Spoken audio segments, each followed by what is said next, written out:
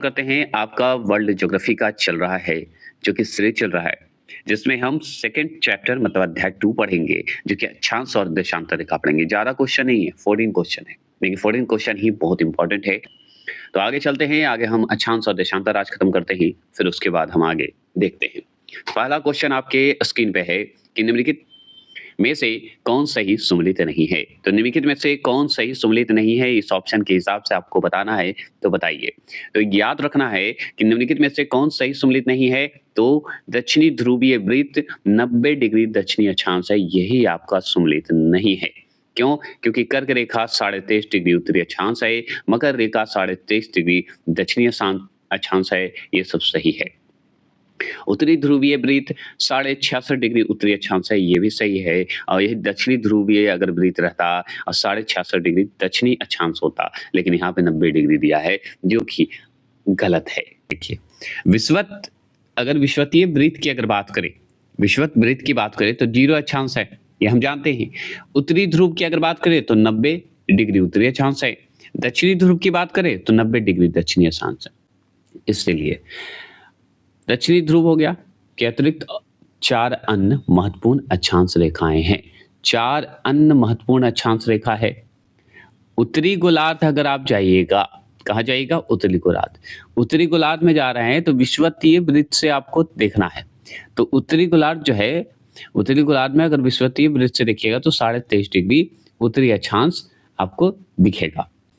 और 23.5 डिग्री पे जो उत्तरी अक्षांश है, उस पे कौन सी रेखा है? तो हम बताएंगे कर्क रेखा है, ट्रॉपिक ऑफ कैंसर है। याद हुआ? याद हुआ होगा। दूसरा क्या है कि विषुवतीय वृत्त की अगर बात करें, विषुवत वृत्त बोलिए या विषुवतीय वृत्त, तो विषुवत वृत्त की अगर बात करें तो 66.5 डिग्री की बात करते हैं। उत्तर में जाइए तो उत्तरी ध्रुव वृत्त, आप अगर मैप देखिएगा या ग्लोब देखिएगा तो आपको समझ में आएगा। तो विषुवत वृत्त के 66.5 डिग्री उत्तर में जाइए, उत्तर में जाएगा तो उत्तरी ध्रुव होगा, क्योंकि उत्तर में जा रहे हैं तो उत्तरी ध्रुव वृत्त होगा। और उत्तरी ध्रुव वृत्त को वहां पे क्या कहा जाता है? आर्कटिक वृत्त भी कहा जाता है। किसे? उत्तरी ध्रुवीय वृत्त को। और भी जानने की कोशिश करते हैं हम लोग। तो अब तीसरे नंबर पे जो आ रहा है वो है हमारा दक्षिणी गोलार्ध। तो दक्षिणी गोलार्ध में अगर विषुवतीय वृत्त से अगर पूछे, मतलब विषुवतीय वृत्त से देखा जाता है, क्योंकि विषुवतीय वृत्त क्या है? 0 डिग्री अक्षांश है। तो वहीं से देखेंगे ना, तो हम जाएंगे दक्षिण की ओर, नीचे की ओर, साउथ की ओर। तो दक्षिणी गोलार्ध में विषुवतीय वृत्त से 23.5 डिग्री, कितना? 23.5 डिग्री दक्षिणी अक्षांश जब जाइएगा तो वहां पे आपको मकर रेखा, ट्रॉपिक ऑफ कैप्रिकॉर्न होगा। अब आप दोनों याद कर लीजिए। अगर उत्तरी गोलार्ध में जाइएगा और विषुवत वृत्त से देखिएगा, मतलब ऊपर की ओर जाइएगा, तो 23.5 डिग्री उत्तरी अक्षांश पे क्या है? कौन सी रेखा है? कर्क रेखा है। अगर यही दक्षिणी गोलार्ध में विषुवतीय वृत्त से 23.5 डिग्री दक्षिण की ओर जाइएगा, दक्षिणी अक्षांश में जाएगा, तो कौन सी रेखा मिलेगा? तो मकर रेखा मिलेगा, ट्रॉपिक ऑफ कैप्रिकॉर्न मिलेगा। चौथा जो है विषुवतीय वृत्त की अगर बात करें तो विषुवतीय वृत्त के 66.5 डिग्री दक्षिण में जाइए तो दक्षिणी ध्रुवीय वृत्त आपको दिखेगा। और दक्षिणी ध्रुवीय वृत्त जो है उसी को कहा जाता है अंटार्कटिका। क्या कहते हैं? अंटार्कटिका कहते हैं। तो अंटार्कटिका वृत्त आपको मिलेगा। यहीं पे दोनों क्लियर कर लीजिए। दूसरा नंबर वाला देखिए और चौथा नंबर याद रखना है। पहला और तीसरा एक तरफ। पहला और तीसरा में क्या था कि उत्तरी गोलार्ध में विषुवत वृत्त 23.5 डिग्री उत्तरी अक्षांश कर्क रेखा है। अगर तीसरा वाला देखिए तो दक्षिणी गोलार्ध में विषुवत वृत्त 23.5 डिग्री दक्षिणी अक्षांश मकर रेखा है। और दूसरा और चौथा देखिए, विषुवत वृत्त के 66.5 डिग्री उत्तर में उत्तरी ध्रुव वृत्त, जो कि आर्कटिक कहलाता है। और ये चौथा देखिए विषुवतीय वृत्त, विषुवतीय वृत्त 66.5 डिग्री दक्षिण चले जाइए तो दक्षिणी ध्रुवीय वृत्त कहलाएगा, जिसे अंटार्कटिका वृत्त भी कहते हैं। दूसरा प्रश्न है, किसी स्थान का मानक समय, जिसे स्टैंडर्ड टाइम बोलते हैं, निर्धारित करने का आधार होता है। तो मानक समय निर्धारित करने का आधार होता है, तो उसे कौन सा आंसर होगा आगे बताइए, तब डिटेल चलेंगे। तो बी नंबर प्रधान मध्याह्न देशांतर होगा। आंसर इसका सही है, अच्छा भी है। और इसके डिटेल हम बात करें तो सुनिए। 0 डिग्री देशांतर रेखा की अगर हम बात करें, क्या किसकी बात करेंगे? 0 डिग्री देशांतर की। 0 डिग्री देशांतर को प्रधान मध्याह्न देशांतर रेखा के नाम से भी जाना जाता है। क्यों जाना जाता है? ये इंपॉर्टेंट है, क्योंकि विश्व के सभी देशों का मानक समय, जिसे स्टैंडर्ड टाइम बोलते हैं, इसी रेखा के द्वारा निर्धारित होती है। कौन सी रेखा के द्वारा? 0 डिग्री देशांतर रेखा के द्वारा किया जाता है। इसलिए इसे प्रधान मध्याह्न देशांतर रेखा बोला जाता है। फिर से सुनिए, इस रेखा को ग्रीनविच रेखा के नाम से जाना जाता है। किस रेखा को? 0 डिग्री देशांतर रेखा को ग्रीनविच रेखा के नाम से जानते हैं। क्यों जानते हैं? इसका सवाल ज़रूरी है क्योंकि ब्रिटेन की राजधानी जो लंदन है, लंदन के समीप ग्रीनविच नामक स्थान इसी रेखा पर स्थित है। समझ गए? लंदन के समीप जो है ग्रीनविच नामक एक स्थान है, इसी रेखा पर स्थित है, इसलिए ग्रीनविच रेखा के नाम से भी जानते हैं। जहाँ राजकीय वेधशाला स्थित है, वहाँ ग्रीनविच रेखा पे ही राजकीय वेधशाला स्थित है। यह रेखा जो है कौन? आपका 0 डिग्री देशांतर रेखा कहिए या ग्रीनविच रेखा कहिए या उसे मानक समय कहिए। यह रेखा 9 देशों से होकर गुजरती है। कितने देशों से होकर गुजरती है? स्टैंडर्ड अगर टाइम आपसे पूछ दे तो आप बताइए 9 देशों से होकर गुजरती है, कौन-कौन देश है? तो आगे तो यूनाइटेड किंगडम है, ये हमको याद हो गया। फ्रांस है, स्पेन है, अल्जीरिया है, माली है और बुर्किना फासो। क्या है? एक जगह है बुर्किना फासो। टोगो, घाना और अंटार्कटिका, जो कि दक्षिणी ध्रुव जिसे कहते हैं, अंटार्कटिका। ये 9 देश जो है आपका ग्रीनविच या स्टैंडर्ड टाइम या 0 डिग्री देशांतर रेखा पर से गुजरती है या स्थित है। हो गया ना? यूनाइटेड किंगडम हो गया, फ्रांस हो गया, स्पेन हो गया, अल्जीरिया हो गया, माली हो गया, टोगो हो गया, घाना हो गया और अंटार्कटिका हो गया। ठीक है? तीसरा प्रश्न क्या है? हम ध्यान से सुनेंगे।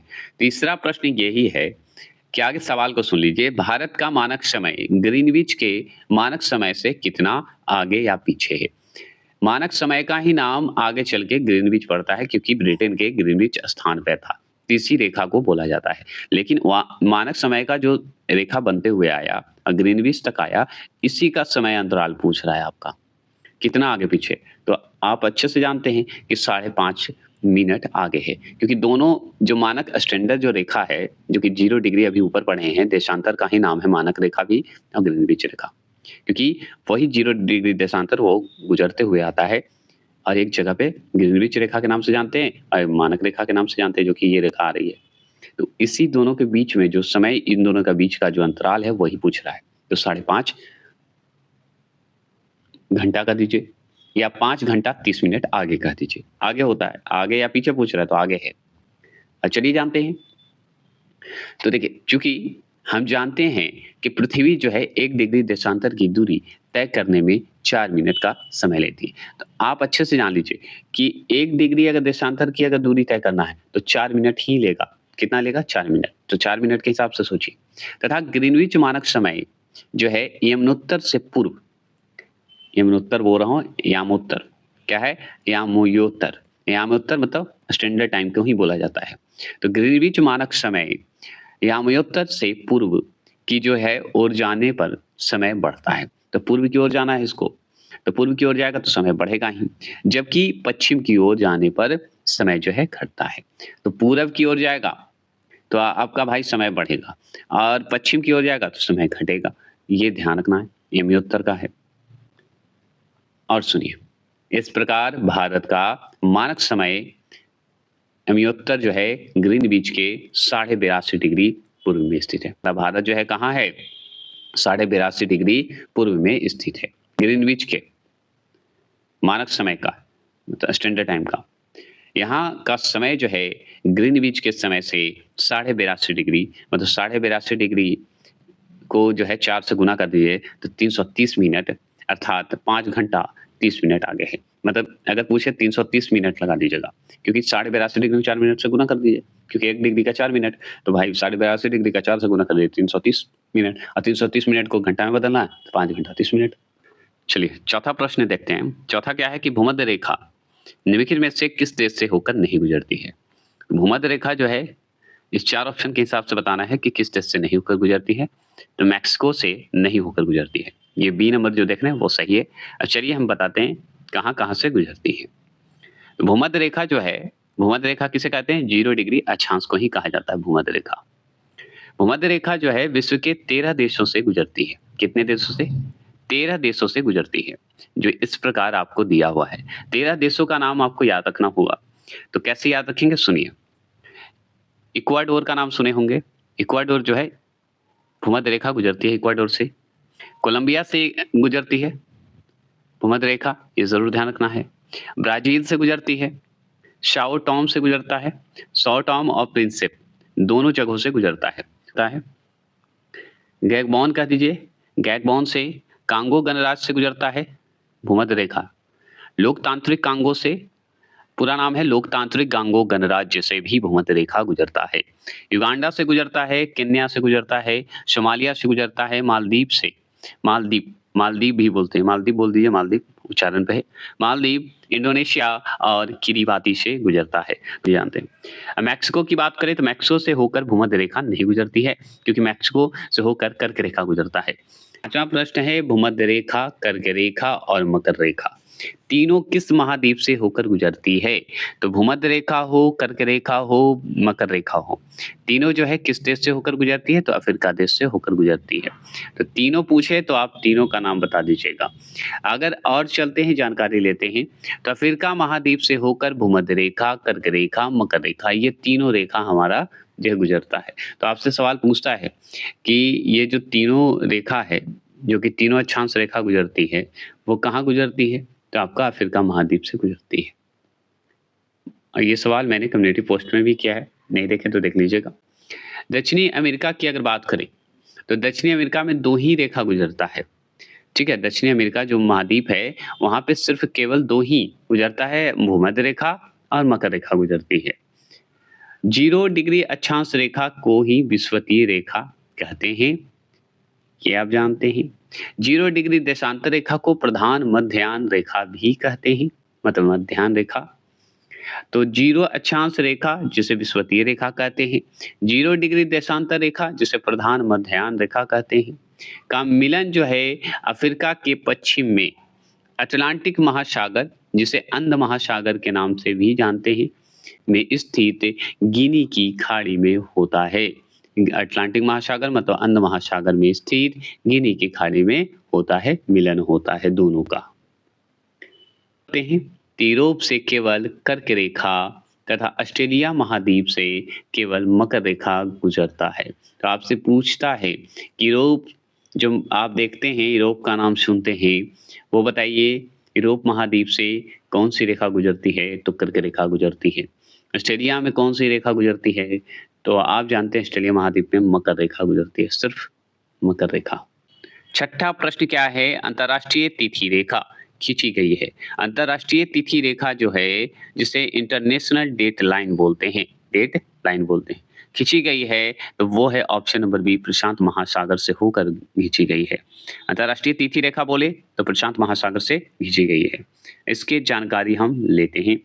अंतर्राष्ट्रीय तिथि रेखा पृथ्वी पर खींची गई एक ऐसी काल्पनिक रेखा है, काल्पनिक रेखा है जो 2 क्रमागत कैलेंडरों दिनों को अलग करती है। क्या करता है? 2 क्रमागत एक कैलेंडर है, 2 क्रमागत कैलेंडर है जो कि दिनों को अलग करता है, दिन को मतलब डे को अलग करता है। ये काल्पनिक रेखा है। कौन काल्पनिक रेखा है? तो अंतर्राष्ट्रीय तिथि रेखा को ही काल्पनिक रेखा कहा जाता है। यह ग्रीनविच इंग्लैंड से 180 डिग्री विपरीत दिशा में जो है प्रशांत महासागर से होकर गुजरती है। फिर से सुनिएगा, यह ग्रीनविच इंग्लैंड में है। ग्रीनविच तो आगे जान लीजिए कहाँ है, इंग्लैंड में है। तो ग्रीनविच से 180 डिग्री विपरीत दिशा में, उल्टा दिशा में प्रशांत महासागर से होकर गुजरती है। तो प्रशांत महासागर से तो होकर गुजरता है, आप जानते हैं कितने डिग्री? तो 180 डिग्री। विपरीत दिशा मतलब उल्टा दिशा में, ऐसे याद रखेंगे। ग्रीनविच है कहाँ? इंग्लैंड में है। यह रेखा सीधे न होकर विभिन्न स्थानों पर मुड़ी हुई है, क्योंकि जहां कोई स्थल भाग है वहां इसे मोड़ दिया गया है। फिर से सुनिएगा, अंतर्राष्ट्रीय तिथि हम पढ़ रहे हैं, यह काल्पनिक रेखा है, यह दिमाग में रखना है। तो यह रेखा जो है सीधे न होकर विभिन्न स्थानों पर मुड़ी हुई है, मतलब ये काल्पनिक है, आप जिधर चाहे उधर मोड़ दीजिए, तो मुड़ी हुई है, क्योंकि जहां कोई स्थल है, जहां पे कोई स्थल है उसी जगह मुड़ी हुई है, समझिए। तो उसी जगह क्या करता है? मोड़ दिया जाता है। आगे चलें। 7वां प्रश्न है कि अक्षांश व देशांतर रेखाओं की कुल संख्या जो है क्रमशः है, तो क्रमशः क्या है? तो क्रमशः है 179 व 360। अक्षांश व देशांतर रेखाओं कुल संख्या क्रमशः जो है, तो अक्षांश की अगर कुल संख्या पूछे तो 179 बताना है, और देशांतर संख्याओं का बोले तो 360 बोलना है, 360 बोलना है ना? अब सुनिए और कि दक्षिणी गोलार्ध में अक्षांश रेखाओं की कुल संख्या बोले, दक्षिणी गोलार्ध में, साउथ में, तो आप बोलिएगा 89। अगर उत्तरी गोलार्ध में पूछे अक्षांश रेखाओं की कुल संख्या, तो 89 उत्तरी में भी है, मतलब दक्षिण में भी 89 है, उत्तर में भी, उत्तरी गोलार्ध में भी 89 है। एक विषुवत तथा एक विषुवत रेखा है जो सबसे बड़ी अक्षांश रेखा है। 8वां प्रश्न क्या है सुनिए, पृथ्वी को एक देशांतर पार करने में कितना समय लगता है? 1 डिग्री देशांतर है, वहाँ पे 1 देशांतर कर दिया है। पृथ्वी को 1 डिग्री देशांतर पार करने में कितना समय लगता है? तो हम पढ़े थे 1 डिग्री का कितना? 4 मिनट, है ना? पढ़े थे कि नहीं? 1 डिग्री का कितना? 4 मिनट, 1 डिग्री देशांतर का 4 मिनट होता है, जो कि हम ऊपर सबसे ऊपर पढ़े थे 82.5 डिग्री में कितने से भाग दिए थे? 4 से गुना कर दिए थे, भाग नहीं दिए थे, गुना कर दिए थे। डिटेल की बातें करते हैं, समझ में आ जाएगा, इसी जगह पे समझ में आएगा। तो सुनिए, पृथ्वी को एक देशांतर पार करने में कुल 4 मिनट का समय लगता है, तभी तो 5.5 घंटा चलता है, ग्रीनविच और मानक समय के बीच की दूरी बताता है ना?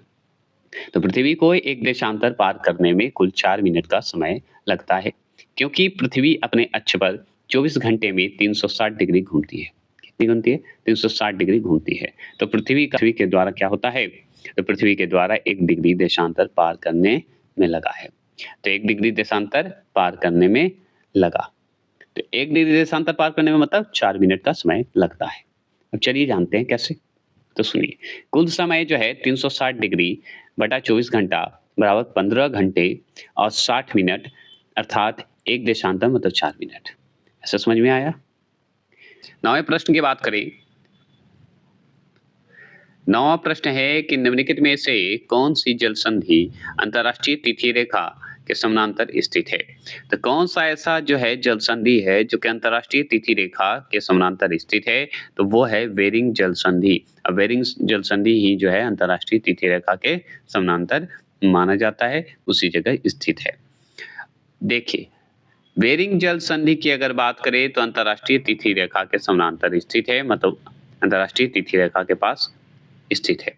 कौन सा जल संधि? बेरिंग जल संधि, जो उत्तर पश्चिम एशिया से उत्तर अमेरिका तथा उत्तरी प्रशांत महासागर को बेरिंग सागर से अलग करती है। 10वां प्रश्न है, विषुव शब्द किसका घोतक है? तो विषुव शब्द जो है किसका घोतक है? तो वो है सी। जब दिन व रात बराबर होते हैं, पढ़ लेते हैं। जब दिन रात बराबर होते हैं तब यह स्थिति विषुव कहलाती है, जिसका अर्थ होता है समान रूप से, बराबर रूप से। अर्थात जब सूर्य की किरणें विषुवत रेखा पर लंबवत पड़ती है तब पृथ्वी पर दिन व रात मतलब रात्रि की अवधि समान होती है। ऐसी स्थिति वर्ष में 2 बार 21 मार्च और 23 सितंबर को बनती है। कब बनता है? 21 मार्च को बनती है और 23 सितंबर को बनती है। 11वां प्रश्न क्या है सुनिए, अक्षांश व देशांतर रेखाओं से संबंधित निम्नलिखित कथनों में से कौन सा कथन जो है सत्य है? तो अक्षांश व देशांतर रेखाओं से संबंधित निम्नलिखित कथनों में से कौन सा कथन सत्य है? तो वो कथन सत्य है ऑप्शन नंबर डी, केवल देशांतर रेखाओं के मध्य की दूरी सर्वत्र समान होती है। क्या होती है? सर्वत्र समान होती है। पृथ्वी पर किसी भौगोलिक स्थिति का निर्धारण अक्षांश व देशांतर रेखाओं द्वारा किया जाता है। तो पृथ्वी पर किसी अगर भौगोलिक स्थिति को निर्धारण करना है या बताना है तो अक्षांश व देशांतर रेखाओं द्वारा ही होगा। अक्षांश रेखा भी, देशांतर रेखा द्वारा, दोनों द्वारा। ये काल्पनिक रेखाएं हैं, काल्पनिक है, बनाए गए हैं। अक्षांश रेखाएं जो हैं, यहाँ पे देखिए, अक्षांश रेखाएं पृथ्वी की सतह पर पूरब से पश्चिम की ओर खींची गई है, मतलब ईस्ट से वेस्ट की ओर खींची गई है। काल्पनिक रेखाएं हैं, ये रेखाएं परस्पर समानांतर होती है, बराबर होती है, समानांतर होगा। और विषुवत रेखा से ध्रुवों की ओर जाने पर इसकी लंबाई घटती जाती है। अब विषुवत की ओर जाएगी मतलब तो घटते जाएगा धीरे धीरे, अब जानवे करते हैं। देशांतर रेखाएं पृथ्वी के दोनों ध्रुवों को मिलने वाली उत्तर से दक्षिण की ओर है। अब देशांतर रेखा मतलब ऊपर से नीचे, है ना, ऊपर से नीचे नॉर्थ और साउथ के ये भी घटते जो है जाएगा धीरे-धीरे ऐसे-ऐसे। देखे होंगे आप। खींची गई काल्पनिक रेखा है, जिसके मध्य की दूरी विषुवत रेखा पर सर्वाधिक व ध्रुवों पर न्यूनतम होती है। विषुवत पर सर्वाधिक होगा, इसका भी तो सर्वाधिक ही होगा, इसका भी हो जाता है। इनकी लंबाई समान होती है, लंबाई जो है इसकी समान होती है। 12वां प्रश्न अगर हम बात करें तो 2 देशांतर रेखाओं के मध्य कितनी दूरी होती है? तो 2 देशांतर रेखाओं के मध्य कितनी दूरी होती है? तो 111.32 किमी होती है। 111.32 किमी होती है। आगे चलिए जानते हैं। तो सुनिए, विषुवत रेखा पर 2 देशांतर रेखाओं के बीच की दूरी 111.32 किमी होती है। परंतु रेखाएं ध्रुव की ओर जाने पर पास आती जाती है। ठीक है, ध्रुवों की ओर जाने पर क्या होता है? पास आती जाती है और अंततः ध्रुवों पर परस्पर मिल जाती है। क्या होती है? परस्पर मिल जाती है। 13वां प्रश्न क्या है? 2 देशांतर रेखाओं के बीच की दूरी को क्या कहा जाता है? तो 2 देशांतर रेखाओं के बीच की दूरी क्या कहा जाता है? तो गोर कहा जाता है। क्या कहते हैं? गोर कहते हैं। अब गोर कहते हैं तो सुनिए क्या है गोर भाई? तो 2 देशांतर रेखाओं के मध्य की दूरी अगर करें, 2 देशांतर रेखा है, उसके मध्य की दूरी जो मान लीजिए 2 देशांतर रेखा है, इसके मध्य की दूरी अगर क्या है तो उसे गोर कहेंगे। 2 अगर अक्षांश है, अक्षांश रेखा है एवं 2 देशांतर रेखा है, तो उन दोनों के मध्य की रेखा को क्या कहते हैं? ग्रिड कहते हैं। ये अक्षांश रेखा है और ये हमारा देशांतर रेखा है। तो इन दोनों के मध्य की दूरी को क्या कहेंगे? तो ग्रिड कहते हैं। तो अक्षांश एवं 2 देशांतर रेखाओं के मध्य को हम कहते हैं ग्रिड, ग्रिड कहते हैं। अक्षांश हो गया व देशांतर हो गया। तो अक्षांश एवं देशांतर रेखाओं को भौगोलिक निर्देशांक कहा जाता है, मतलब ज्योग्राफिकल कोऑर्डिनेट कहा जाता है। तो भौगोलिक निर्देशांक भी कहा जाता है, निर्देश देने वाला कहा जाता है, समन्वय कहा जाता है इन दोनों का। आपका एग्जाम क्रैक होगा, आप विश्वास करके साथ आप मेरा एनसीईआरटी पढ़ के जाइए। कोई भी एग्जाम, ये नहीं कि बीपीएससी का ही, कोई भी एग्जाम देने जा रहे हैं ना, आपको मैं बोल रहा हूँ सवाल और कहीं से नहीं आता है, इसी तरह से आता है। जैसे अक्षांश का मैंने टॉपिक पढ़ा दिया, तो अक्षांश से पढ़ के जाइए। अगर अक्षांश से क्वेश्चन आया आपका छूटा ना, तो आप आके मुझे जितना सुनाना हो सुना दीजिएगा, लेकिन अगर ध्यान से आप पढ़ के जाइएगा तो एक भी अक्षांश से क्वेश्चन नहीं छूटेगा। इसलिए मैं टॉपिक ज़्यादा इंपॉर्टेंट देता हूँ। तो कितना भी हो, अगर वीडियो का स्पीड करके देखना हो तो देख लीजिए, लेकिन जरूर जाइएगा पढ़ के। कोई भी एग्जाम देने जा रहे हो, ऑल इंडिया का कोई भी एग्जाम देने जाइए। चलिए 14 प्रश्न की बात करते हैं। अंतिम प्रश्न है अक्षांश का। 0 डिग्री अक्षांश, यहाँ पे देखिए 0 डिग्री देशांतर रेखा के मध्य कौन सा महासागर स्थित है? तो इन दोनों के मध्य कौन सा महासागर है? तो अटलांटिक महासागर है। अटलांटिक महासागर, जिसे अंध महासागर भी कहा जाता है। अब चलिए जान लेते हैं थोड़ा। 0 डिग्री अक्षांश, 0 डिग्री देशांतर रेखा के मध्य में अटलांटिक महासागर स्थित है। 0 अक्षांश अर्थात विषुवत रेखा, 0 डिग्री अक्षांश जो कि हम ऊपर पढ़े थे, विषुवत रेखा। 0 डिग्री देशांतर अर्थात प्रधान जो है क्या होते हैं? मानक समय कहा जाता है, या प्रधान अमियोत्तर मतलब मेरिडियन लाइन कहिए, अटलांटिक महासागर के पृष्ठ पर मिलते हैं। तो ये 0 डिग्री देशांतर अर्थात प्रधान अमियोत्तर जो होता है वो अटलांटिक महासागर पे जो है क्या करता है? पृष्ठ पर जाके मिल जाता है। ये दोनों जाके मिल जाएंगे। दक्षिणी अटलांटिक महासागर, जो कि अटलांटिक के कौन से हिस्से? दक्षिणी अटलांटिक महासागर में जाके मिल जाते हैं दोनों। ये जो आपका जो है ना, ये प्रधान अमियोत्तर, प्रधान अमियोत्तर को ही बोला जाता है, क्या बोला जाता है? प्रधान अमियोत्तर को ही प्रधान मध्ययान रेखा बोला जाता है। ठीक है, तो ये ध्यान रखना है, जिसे मेरिडियन लाइन भी बोलते हैं। तो ये हो गए आपके खत्म। और जितने भी आप स्टेट का एग्जाम देने जाते हैं, अक्षांश को पढ़ के जाइएगा, आपका सौरमंडल का पढ़ के जाइएगा। इसी तरह सारा कंटिन्यू वीडियो चलता रहेगा। और आपका साइंस का चल रहा है, जो कि नेक्स्ट टॉपिक आपका जो एक दिन जो बीच करके चल रहा है, साइंस का एक दिन चल रहा है आपका ज्योग्राफी का। और उसके बाद वन लाइनर लाने जा रहा हूँ, महात्मा गांधी स्पेशल क्वेश्चन, जो कि सिर्फ महात्मा गांधी से एक भी सवाल ना छूटे वो पढ़ाने जा रहा हूँ, जिसमें राष्ट्रीय आंदोलन जो है आपका टॉपिक होगा, जिसमें खाली महात्मा गांधी होंगे। तो चलिए मिलते हैं फिर। जय हिंद, जय भारत। और एक बात ध्यान रखिएगा, बहुत दिन हो गया मेरे बोले हुए, आप हैं तभी हम हैं, आप नहीं तो हम नहीं, ये हमेशा याद रखेंगे। क्योंकि आपके बिना मैं नहीं चल सकता, आप मेरे बिना चल सकते हैं।